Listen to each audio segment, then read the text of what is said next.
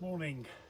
Yesterday I acquired this little synthetic trough. It's not real, but it does the job and it looks the part, doesn't it? So today we're going to plant it up with miniature hostas. Now, two important things with miniature hostas is the compost that you plant it in and the drainage. The drainage is quite important for miniatures in particular because they just do not like their feet soaked in water. So on the bottom of the trough I've got a couple of holes. Pushed into those holes I've got a bit of scrunched up metal wire stuff. That'll stop things, any critters trying to crawl in, particularly things like slugs who are very good at that sort of thing, crawling in through the holes. I've then covered that with a few big crocks. Now these crocks are just broken old pots that I've saved from the garden in general.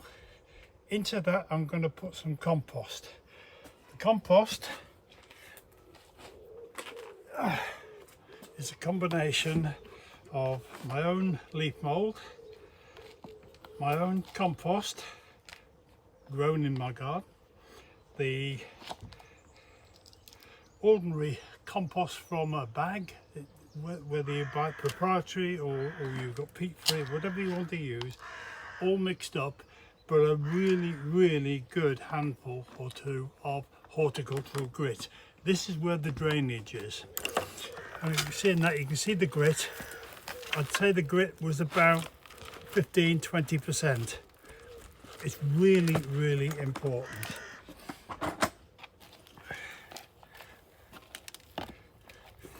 Spread the soil out. Choose your hostas. Now in this case I've chosen mainly the mouse ears collection.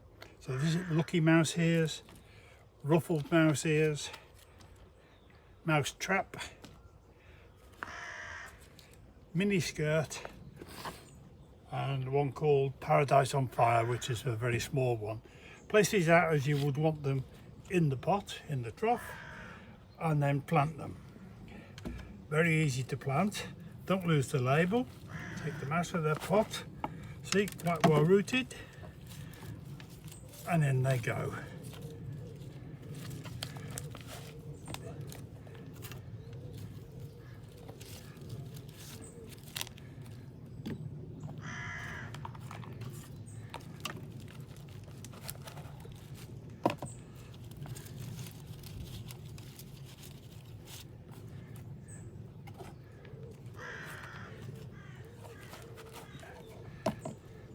Fairly straightforward.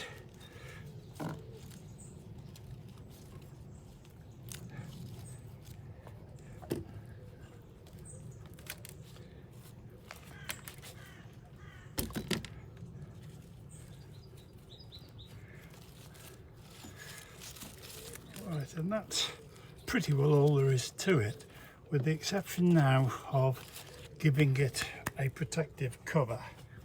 Now again, as I've used in the compost, horticultural grit.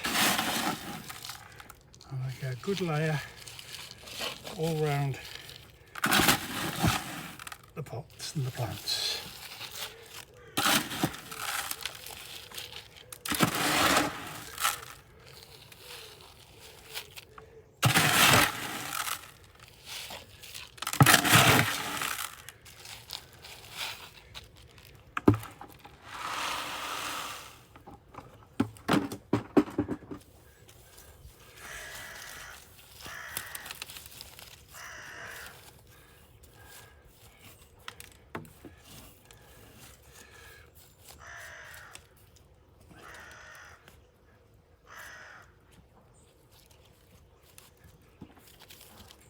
There we go, and that will all be watered in with the watering can with a fine rose.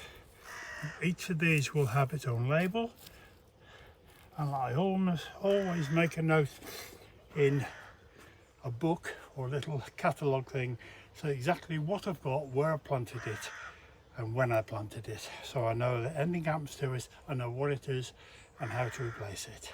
That's a simple fact. Thank you.